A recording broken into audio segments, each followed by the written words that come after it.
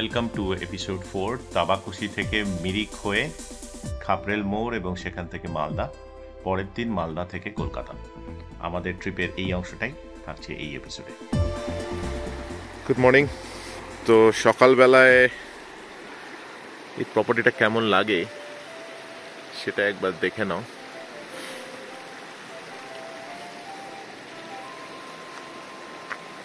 এখন 8টা মতো বাজে। তো আজকে আমাদের পাহাড়ে শেষ দিন, এটা তাবাকুশিতে আছি আমরা এখন। আর এখান থেকে এবার বাড়ি ফেরার পালা। তো এই জায়গাটা কিন্তু এমনিতে খুব সুন্দর, পাশে এই নদীটা, আর এই নদীর আওয়াজ তুমি ঘর থেকেও পাবে। এখন সকালবেলা আমরা চাটা খেয়ে একটুখানি জায়গাটা এনজয় করছি।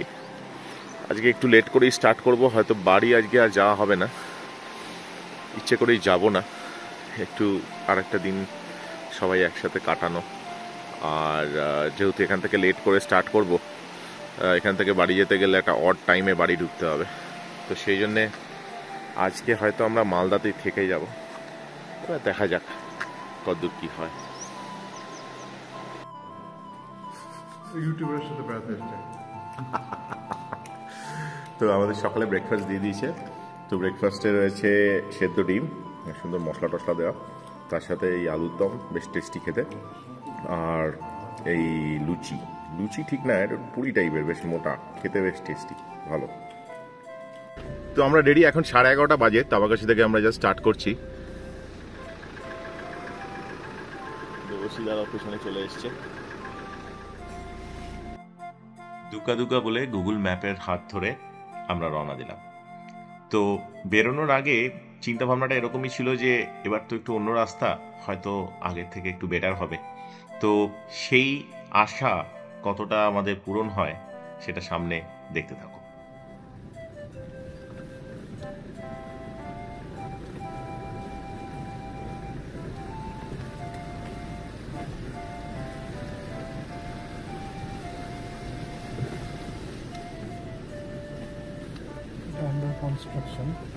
এই রাস্তাটা কনস্ট্রাকশন হবে বোধহয় in future some point of time. আপাতত এই হালকা একটু অফ রোডিং, যেটা স্বাস্থ্যের পক্ষে খুব ভালো।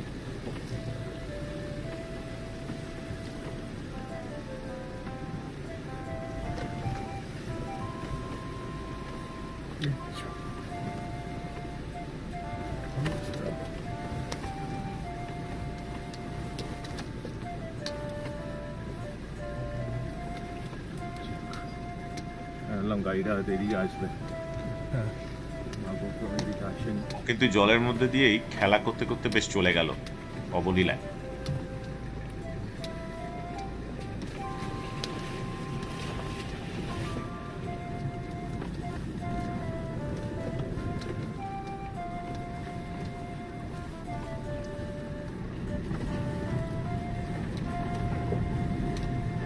যাই বল তাই বল, নানু লম্বু কিন্তু এই কাজটা খুব খারাপ করে, এটা মেনে নেওয়া যাবে। এটা কোন কাজ? হোটেল থেকে বেরোনোর আগে যখন গুগল ম্যাপ দেখেছিলাম, অন্য রাস্তা দিয়ে মিরিকের দিকে যেতে হবে দেখে আমরা কিছুটা হলেও আশ্বস্ত হয়েছিলাম।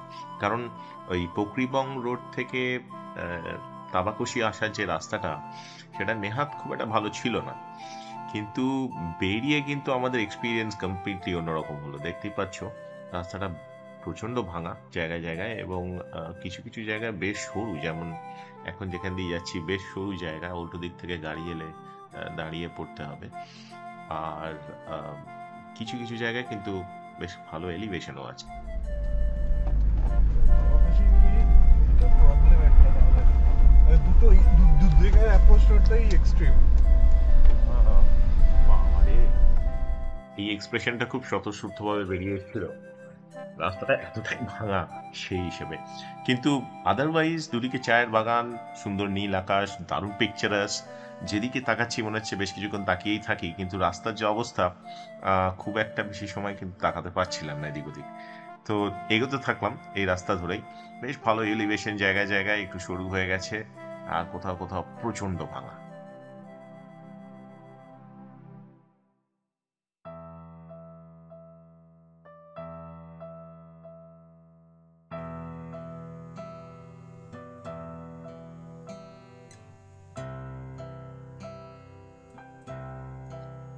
এই রাস্তায় কিছুক্ষণ চলার পর হঠাৎ রিয়েলাইজ করলাম যে পেছনে ভেন্যুকে দেখতে পাচ্ছি না বেশ খানিকক্ষণ, তাই আমরা একটু দাঁড়িয়ে পড়লাম সাইড করে।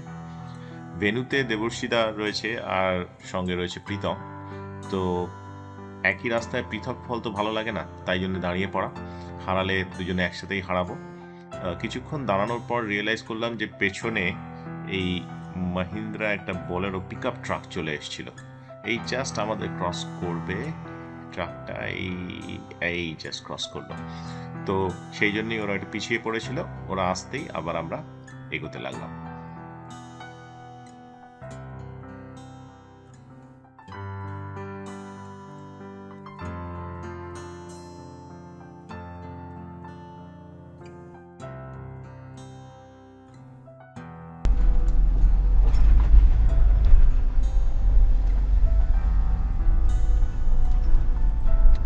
সাথে চাটনির মতো ভালোই হয়ে গেল রাস্তা।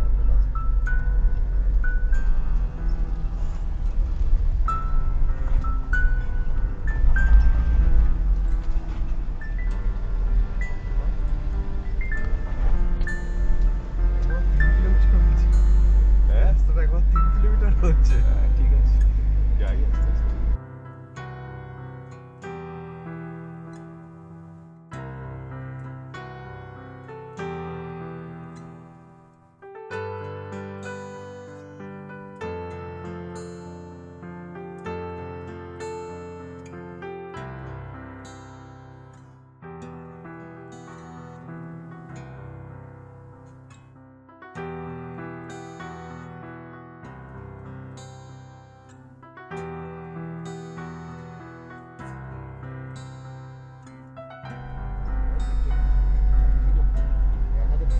আমরা কালকে ভাবলাম এটা অন্য রাস্তা, যা ওই রাস্তাটা আর উঠতে হবে না, এটা আরো খারাপ বেরোলো।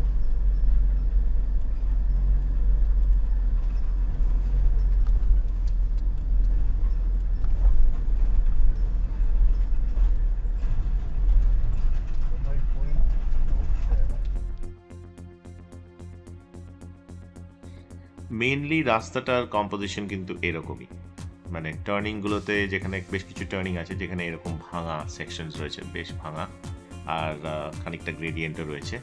তো এই জায়গাগুলোতে ক্রস করাটাই is the most interesting part. বাকি কিন্তু পাহাড়ের রাস্তা যেরকম ভাঙা হয় সেরকমই, তো নাথিং দ্যাট ডিফারেন্ট। এরকম রাস্তা আমরা নর্থ বেঙ্গলে মাঝে মধ্যেই পাই, তো সেই হিসেবে কিছু তেমন সারপ্রাইজিং নয়। বাট এত সুন্দর সিনারি, তার সাথে যদি রাস্তাটা একটু ভালো হতো আরও জমে যেত, বাট ঠিক আছে।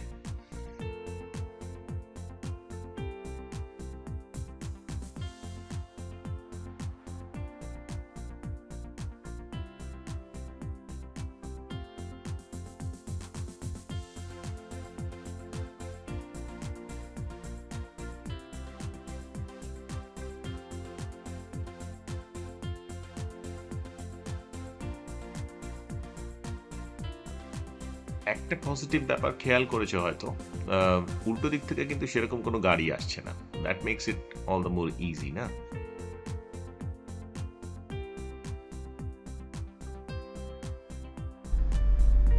এই কেসটা এটা দেখ, বাঁশ কেটে করা। হ্যাঁ, বাঁশ কেটে করা।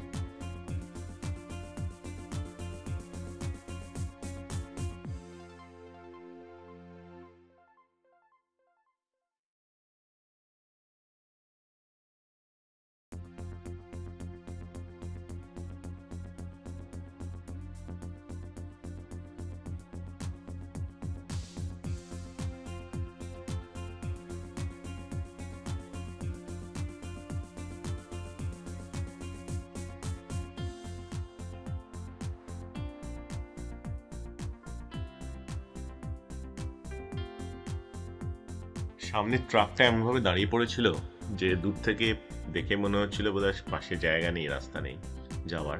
তো কাছে গিয়ে দেখলাম যে না, ও সাইডেই দাঁড়িয়ে আছে। তো তো আমরা বেরিয়ে গেলাম। ভালোই লাগছিল এই রাস্তাটা দিয়ে যেতে, দুদিকে চায়ের বাগান। যদিও রাস্তাটা প্রচণ্ড ভাঙা হওয়াতে এক্সপিরিয়েন্সটা একটু খারাপ হয়ে যাচ্ছিল এবং মাঝে মাঝে মনে হচ্ছিল কতক্ষণে শেষ হবে কতক্ষণে শেষ হবে। যতই সেরকম মনে হচ্ছে ততই স্লো যেতে হচ্ছে এবং জায়গায় জায়গায় মানে ভীষণ ভাঙা, দেখতেই পাচ্ছ গাড়ি চালানো যাচ্ছিল না, খুব স্লো যেতে হচ্ছিল।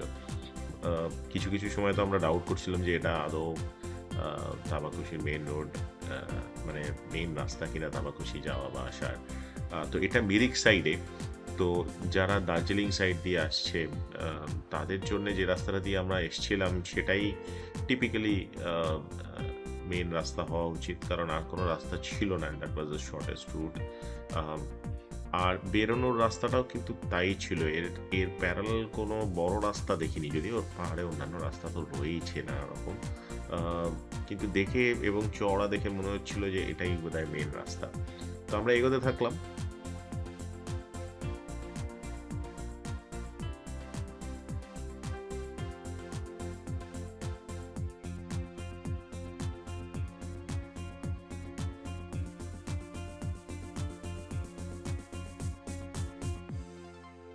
তো এই রাস্তা দিয়েই আমরা মিরিকের দিকে এগোতে থাকলাম। যত যাচ্ছি তত রাস্তাটা বুঝতে পারছি যে মিরিকের দিকে ঢুকছি আমরা। তার কারণ আশেপাশের যে প্রাকৃতিক দৃশ্য দেখতে পাচ্ছি তার সাথে মিরিক দিয়ে যখন গেছি তার একটা বিরাট সাদৃশ্য রয়েছে। তো যত এগোচ্ছিলাম রাস্তাটা মাঝে মাঝে একটু ভাঙা, সেজন্য একটা অস্বস্তি বলো বা মাথা ব্যথা বলো কনস্ট্যান্ট রয়েছে। আর মাঝে মাঝে কিন্তু রাস্তাটা ঠিকও হয়ে যাচ্ছিল, বেশ খানিকটা আবার ঠিকঠাক চলছে।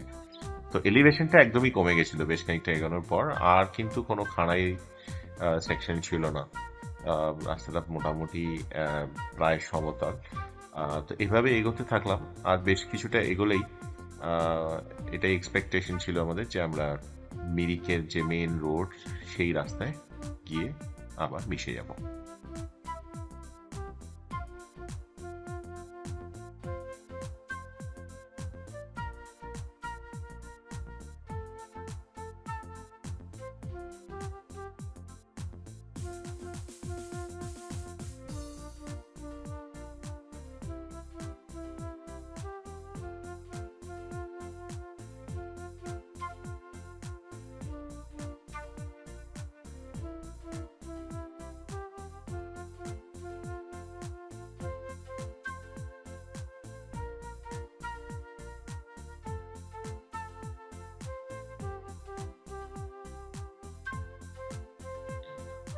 গোপালধারা টি এস্টেটের ভেতর দিয়ে মনোরম দৃশ্য দেখতে দেখতে আর এই ভীষণ ভাঙা রাস্তার ওপর দিয়ে আমরা কিন্তু ক্রমাগত দার্জিলিং মিরিক রোডের কাছাকাছি আসতে শুরু করলাম এবং এখন আমরা মোটামুটি বলতে পারো প্রায় পৌঁছেই গেছি।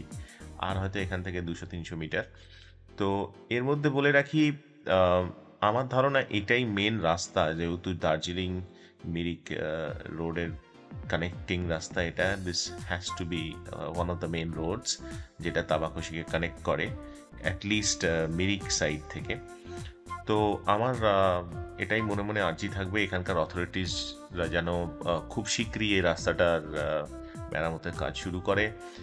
দারুণ মনোরম জায়গা, ভীষণভাবে সবাই উপকৃত হবে, বাইরের ট্যুরিস্ট যারা আমরা আসছি এবং এখানকার লোকাল লোকজনেরও যথেষ্ট সুবিধা হবে রাস্তাটা ঠিক হয়ে গেলে। তো দেখতে দেখতে আমরা দার্জিলিং মিরিক যে মেন রোড তার একেবারে কাছাকাছি চলে এসেছি। সামনের টার্নটা নিলেই দার্জিলিং মিরিক মেন রোড। এই সামনের মোড় থেকে ইউটার্ন নিয়ে আমরা মিরিকের দিকে এগিয়ে যাব।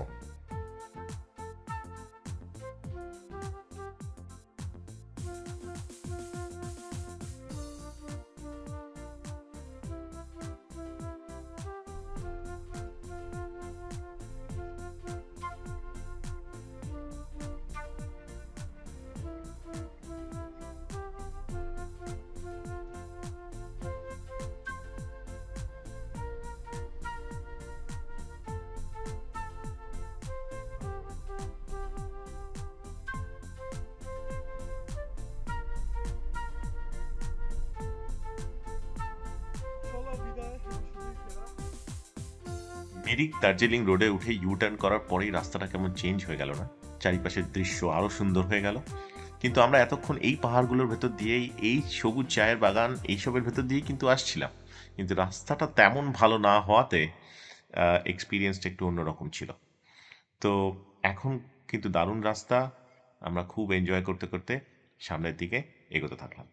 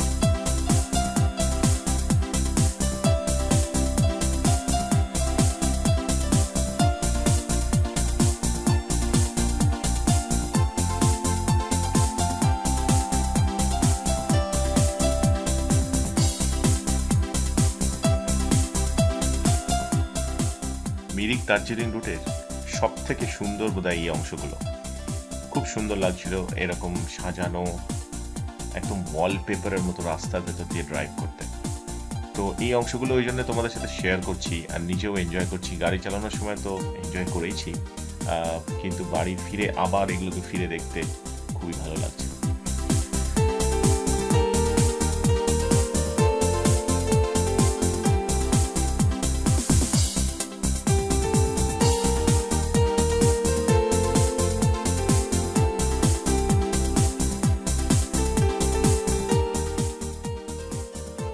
এই জায়গাটায় এরকম ভিড়ভাড়টা দেখে আমরা আরেকটু এগিয়ে গেলাম। যদিও পার্কিং ছিল এখানে, কিন্তু সেটাকে উপেক্ষা করেই আরেকটু গড়াতে গড়াতে নিচের দিকে গিয়ে আমরা দাঁড়ালাম।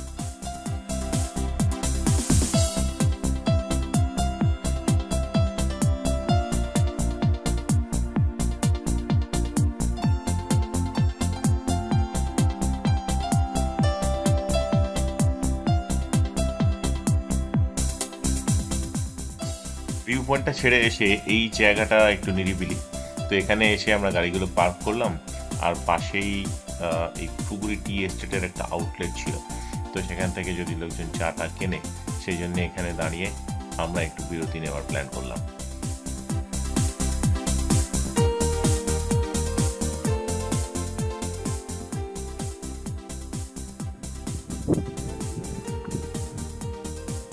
এটা কিন্তু সেই জায়গাটাই যেখানে লাস্টে আগের বার দেখালাম আমরা গাড়িগুলো পার্ক করেছি। একটু উঠে সেই ভিউ পয়েন্টটা, অসাধারণ একটা পিকচারাস ভিউ। মিরিকের বিভিন্ন টি এস্টেটের ভেতরে প্রীতম দাঁড়িয়ে একটু পোজ দিচ্ছে ছবি তোলার জন্য।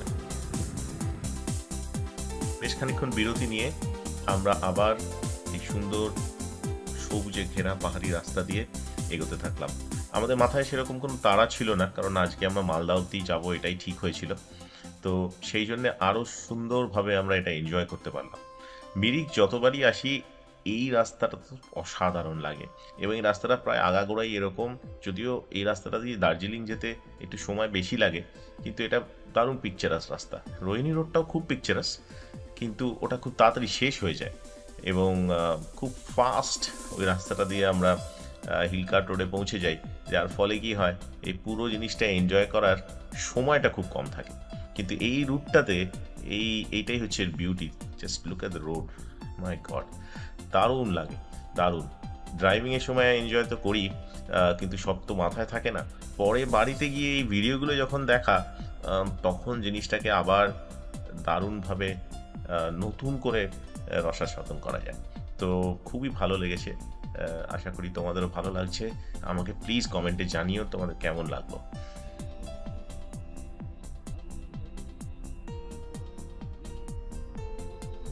দেখতে দেখতে পাহাড়ের রাস্তা কিন্তু এবার শেষ। তো এবার একটু মন খারাপ তো হয়, যারাই পাহাড়ে আসে পাহাড়ি রাস্তা শেষ হয়ে গেলে যখন সমতলে ফিরে আসি আমরা, আমাদের মন খারাপ করে।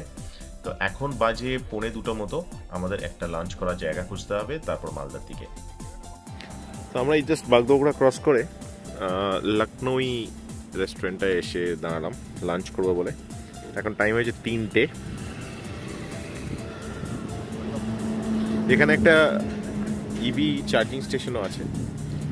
খাওয়া দাওয়া কেমন কি লাগে, আমি বহুদিন আগে খেয়েছি, তখন খারাপ ছিল না। এখন দেখে আমার একটু অভক্তি হচ্ছে, ফ্র্যাঙ্কলি স্পিকিং। হোর্ডিংগুলো নট মেনটেইনড আর একটু লাউজি লাগছে দেখে। তো দেখা যাক খেয়ে কেমন লাগে। আমি বেশ কয়েকবারই আগে খেয়েছি। আমাদের খাবার দিয়ে দিয়েছে। প্রীতম নিয়েছে মাটন আর আমরা নিয়েছি চিকেন ভর্তা, এই চিকেন ভর্তা, আর তার সাথে চিকেন টিক্কা মশলা। খেয়ে বলছি বিরিয়ানিটাকে আন্ডারস্টুড করো না। ও ইয়েস, দেবশিতা এটা রিমাইন্ড করে দিয়েছে। হ্যাঁ, তো ভেজ বিরিয়ানি আজকে খাচ্ছে কৃষ্ণেন্দু, মঙ্গলবার বলে। তো এই হচ্ছে, তার সাথে গ্রিন স্যালাড একটা নেওয়া হয়েছে আর নর্মাল রুটি। লখনৌই রেস্টুরেন্টটাতে আমাদের খাবারের এক্সপিরিয়েন্স কিন্তু যথেষ্ট ভালোই ছিল।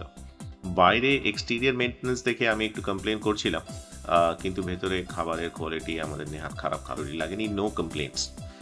তবে হাইজিনটা আগের থেকে একটু ডিটোরিয়েট করেছে, একটু মাছি টাছি ছিল ভেতরে। Other than that no complaints. 3টে ঢুকেছি আমরা লখনৌইতে, বাগডোগরা জাস্ট ক্রস করেই 3:30 আমরা খাবার পেয়েছি। খেয়ে বেরোতে বেরোতে বিকেল 4টে হয়েছে। এখন বাজে সন্ধ্যে 7টা। আমরা কিন্তু রায়গঞ্জ বাইপাসে, দেখা যাক কতক্ষণে আমরা আমাদের মালদার হোটেলে পৌঁছতে পারি।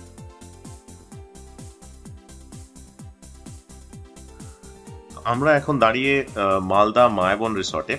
অনেকদিন বাদে এই যে মালদা মায়াবন রিসর্টের হোটেলটা, অনেকদিন বাদে মালদা মায়াবন রিসর্টে এলাম। মাঝখানে আর আসা হয়নি, কারণ প্রত্যেকবারই পাহাড় থেকে সোজা আমরা বাড়ি চলে যাই, এখানে আর থাকা হয় না। তো খুব ভালো ডিসিশন নিয়েছি আমরা। আজ সারাদিনটা ড্রাইভটা খুব এনজয় করা গেল, আর কোনো তাড়া ছিল না। আর এখন এসে মায়াবন রিসর্টের সুন্দর রুমে একটু রেস্ট নেওয়া, সবাই এনজয় করা, এবং তারপর কালকে সকালবেলা বাড়ির দিকে রওনা দেওয়া। তো দেখতেই পাচ্ছ খুব সুন্দরভাবে মেনটেইনড, ওয়াটার বডিটাও খুব ক্লিন, চারিদিকে প্রচুর গাছ, সব মিলিয়ে সাজানো গোছানো, নাইস এক্সপিরিয়েন্স। Highly recommended. কেউ যদি শিলিগুড়ি থেকে ফেরার সময় একটা রাত্রি এখানে কাটাতে চাও, নির্দ্বিধায় চলে এসো। তবে আর একটুও কথা নয়, সবার পেটে প্রচন্ড খিদে, এখন স্ট্রেট ডিনার টেবিলে চলে যাব। আমরা সবাই চলে এসেছি এখন ডিনার টেবিলে। মায়াবন রিসর্টের রেস্টুরেন্টটা তোমরা দেখতেই পাচ্ছ, বেশ চকচকে আর খুব ক্লিন, সব মিলিয়ে কিন্তু খুব ভালো এক্সপিরিয়েন্স। আমাদের দিনটা যে অসাধারণ কাটলো। সকালবেলা তাবাকুশি থেকে মিরিক অব্দি এরকম ড্রাইভ, তারপরে মিরিক থেকে আমরা চলে এলাম লখনৌই রেস্টুরেন্টে বাগডোগরায়, সেখান থেকে ফাইনালি মালদার এই মায়াবন রিসর্টে। কালকে থাকছে বাড়ি ফেরার পালা, দ্য ফাইনাল লেগ। সকালে এখানে ব্রেকফাস্ট করে আমরা রওনা দেব। আজকে রাত্রিবেলা এই অবধি। Good night, good morning. তো আমাদের যে বাড়ি ফেরার পালা, আমরা যাচ্ছি এখন ব্রেকফাস্ট করতে। বাকিরা চলে গেছে, ওদের হয়তো ব্রেকফাস্ট হয়ে গেছে। আমি একটু দেরি করে, মানে আমার একটু দেরি হয়ে গেল। তো গিয়ে এবার দেখি, চট করে ব্রেকফাস্টটা করে নিতে হবে। আমার যদিও লাগেজ তোলা হয়ে গেছে, বাকিদের লাগেজগুলো তোলা বাকি আছে। দেখা যাক কি অবস্থা।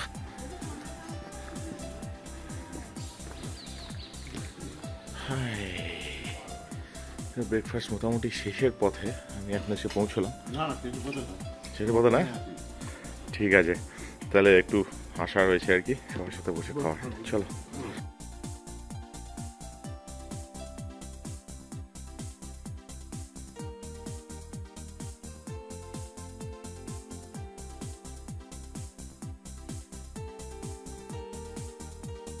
মায়াবন রিসর্টের ভেতরে এরকম একটা জায়গা আছে, এটা কিন্তু আমি কোনোদিন আগে দেখিনি, দেখা হয়নি আর কি। সেই বেরিয়ে যাই। আজকে আমাদের একটু দেরি হচ্ছে বেরোতে, আমরা সবাই রেডি, কিন্তু এখানে একটা আম কাসুন্দির আচার পাওয়া গেছে। সবাই প্রচণ্ড এক্সাইটেড হয়ে 1 কিলো করে অর্ডার করে দিয়েছে আম কাসুন্দির আচার। তো সেই আম কাসুন্দির আচার যতক্ষণ না আসছে ততক্ষণ একটু এদিক ওদিক ঘুরে দেখে নেওয়া, দেখতেই পাচ্ছ কীরকম ফুলের বাগান বানানো, প্রচুর ফুল গাছ লাগানো। সব কটা এখনো ফুল আসেনি, তবে এই গাঁদাগুলো ভেতরে রয়েছে চারা যেগুলো, সেগুলোতে ফুল এসছে। আর এখানে একটা সুন্দর সুইমিং পুল আছে, দোলনা আছে, আর এখানে একটা স্টেজও আছে। তো সব মিলিয়ে কিন্তু একটা দারুণ অ্যারেঞ্জমেন্ট এই জায়গাটায়। আমি এই জায়গাটা কোনোদিন দেখিনি। এটা মেনলি ওরা বড় বিয়ে বাড়ি টিয়ে বাড়ি, রিসেপশন এক্সেট্রা এগুলোতে ভাড়াটারা দেয়। তো হয়তো আরেকটু অপেক্ষা করে আমাদের বেরোতে বেরোতে মনে হচ্ছে 11টা হবে, 10:30 অলরেডি বাজে। ব্রেকফাস্ট কিন্তু কমপ্লিট হয়ে গেছিলো 9টা নাগাদ। তো 9টা না, 9:30 নাগাদ। তো দেখা যাক কতক্ষণে বেরোই আমরা। আম কাসুন্দি পর্ব শেষ হতে হতে কিন্তু প্রায় সকাল 10:40 বাজলো এবং অবশেষে আমরা মায়াবন রিসর্ট মালদা থেকে স্টার্ট করলাম। এই প্রসঙ্গে বলে রাখি, আম কাসুন্দি যে পর্বটা ছিল সেটা টোটালি ফেলিয়ার হয়েছে, কারণ আলটিমেটলি হোটেল কর্তৃপক্ষ সেই যে প্রায় কিলো 5 বা তার বেশি বোধহয় 7-8 কিলো আম কাসুন্দির যে অর্ডার আমরা দিয়ে ফেলেছিলাম, সেই অর্ডার ওরা ডেলিভারি করতে ফেল করেছে। কিন্তু আম কাসুন্দিটা কিন্তু দারুণ ছিল। এটা ব্রেকফাস্টে বেসিক্যালি ওরা আমাদের পরোটার সাথে দিয়েছিল, আলুর পরোটা।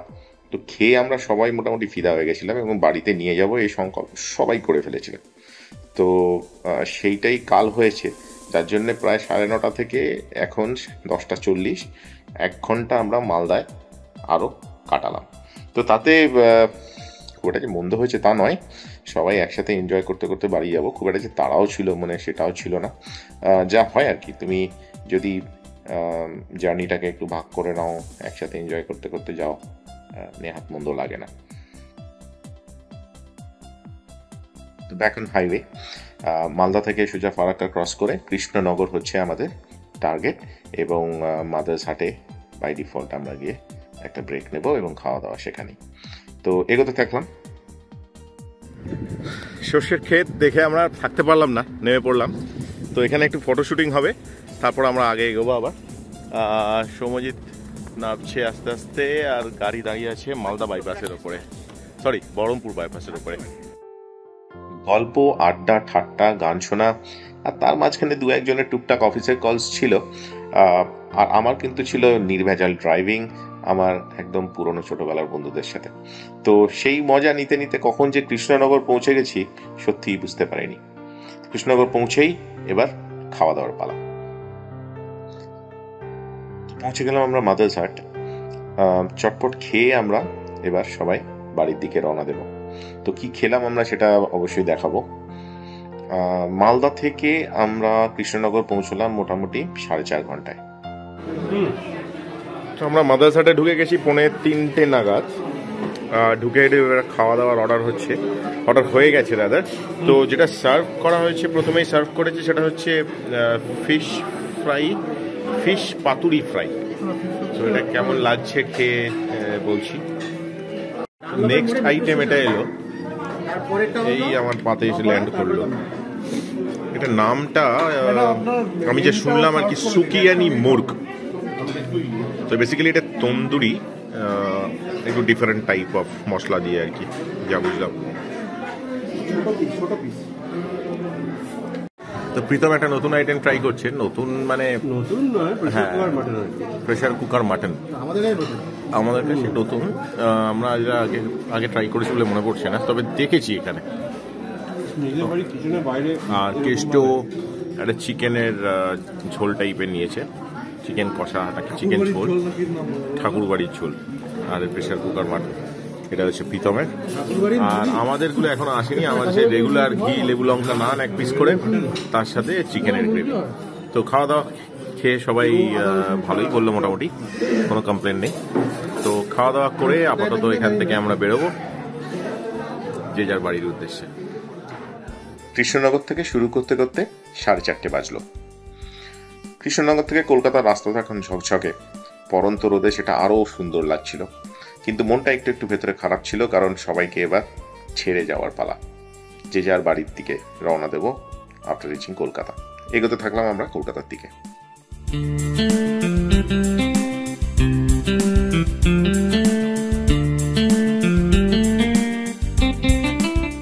5:30, কল্যাণী এক্সপ্রেসওয়ে।